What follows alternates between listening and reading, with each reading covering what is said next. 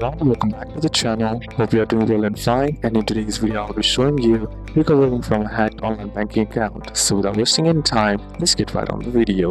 Now if you're recovering from a hacked Chase online banking account, then what you need to do first is simply secure your account right away. Simply log into the Chase mobile bank application or chase.com, and then inside change your password, use a strong and unique one, and enable visit two-factor authentication and remove unknown devices or browser. This cuts off the hacker access. The next is to lock cards and accounts. Simply lock your debit card in the Chase app. If credit cards are affected, freeze those too. Stop scheduled transfers you don't recognize. You can unlock cards later once the issue is resolved. The next is review recent activity carefully. Simply check transactions, zero payments, external transfers, and new pays or contact charges, and take screenshot of anything suspicious. Next is to report the hack to Chase immediately. Simply call the fraud support of the Chase on the number 1-800-935-9935 and tell them your account was hacked, which transactions are unauthorized, and when you first notice the issue, Chase can block access, reverse illegible transactions, and open a fraud case. Next, if you are recovering from a hacked Wells Fargo online banking account,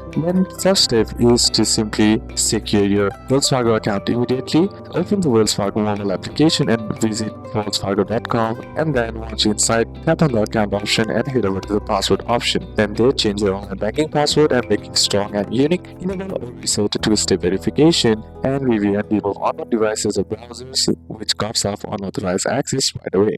The next is to lock cards and stop suspicious activity. Simply lock your debit card in the Wells Fargo app, freeze affected credit cards if needed, cancel or pause unknown recognized transfers or bill payments, and cards can be unlocked later once your account is secure. Next is to review recent account activity. Carefully check transactions, jail payments, external transfers, changes to the contact info or pay, and take screenshots of anything you don't recognize. Next option is contact Wells Fargo fraud support immediately. You can simply call Wells Fargo fraud support, which is 24/7 available on the number 1-800-869-3557, and tell the agent your account was hacked or compromised, which transactions are unauthorized. When you first notice the issue, then Wells Fargo can block access, reverse illegible transactions, and open a fraud investigation. Now, if you are recovering from a hacked Bank of America online banking account, then what you need to do first is simply secure your Bank of America account immediately. Simply open the Bank of America mobile app, go to the bankofamerica.com, and then once inside, go to the accounts and select password. Then change your password right away by using a strong and unique password.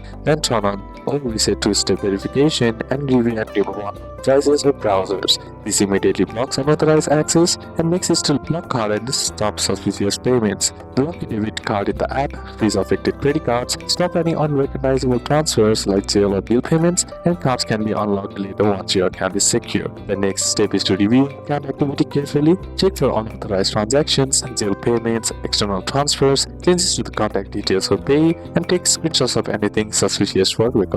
Next step is to contact Bank of America fraud support immediately. You can simply call Bank of America fraud support, which is 24/7 available on the number 1-800-432-1000, and tell the representative your account was hacked, which transactions are unauthorized. When you first notice the issue, they can lock access, reverse illegible charges, and open a fraud investigation. So these are a couple of steps that you can apply, and that's it for today's video, guys. Hope this video was useful to you. Leave a like if it did, comment down any questions that you have, and see you soon on the next one.